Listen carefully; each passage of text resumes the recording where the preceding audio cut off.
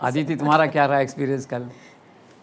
Sir, landing की क्षमता होने का मतलब है कि भारत देश तकनीक में सबसे आगे पहुंच चुका है। और फिर इसका और क्या क्या मतलब है? इसका ये मतलब है कि आज के बाद भविष्य में अगर इंटरनेशनल मार्केट में जब बात होगी स्पेस की, तो भारत उसका भागीदार होगा, जो वो पहले कभी नहीं था।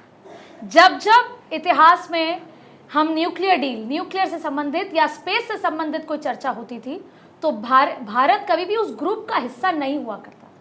तो आज जब हमने लैंडिंग कर दी है, तो आज के बाद, और देखिए सर, अंतर्राष्ट्रीय मामलों में जो हम लगातार बढ़ते जा रहे हैं, अंतर्राष्ट्रीय मामलों में जब हम ये कर चुके हैं, तो आज के बाद हम उस कोर ग्रुप का हिस्सा होंगे, जिसमें हम फ्यूचर में स्पेस से संबंधित कोई भी चर्चा होगी तो भारत की तरफ अमेरिका भी देखेगा, रशिया भी देखेगा, तमाम वो देश जो इस पर चर्चा करते हैं वो देखेंगे।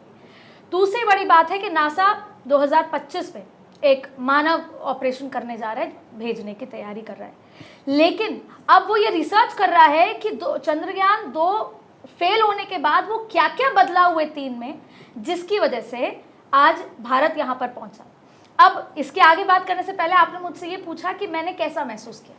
सर, बचपन से हम सबके जीवन में जब हम अलग अलग उम्र में आए तो चंद्रमा अलग अलग भावना से था। बचपन में चंदा मामा थे, बड़े हुए तो वो एक कल्पना थी, नज़म थी, कभी गाने के रूप में था, कभी संगीत के रूप में था। जब मैं माँ बनी तो मुझे लगता था चंदा मतलब मेरी बच्ची।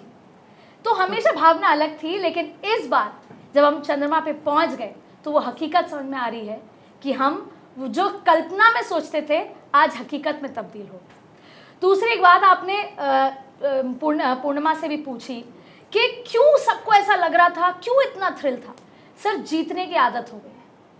2014 से प्रधानमंत्री की अध्यक्षता के बाद से जो इसरो की इतनी बड़ी मेहनत रही, लेकिन जीत की आदत। पाकिस्तान से कुछ होगा, भारतीयों को पता है कि हम जीतेंगे, हम जमीन से जाके जीतेंगे, हम हवा से जाके जीतेंगे, हम हर सेक्टर में जीत ही रहे हैं।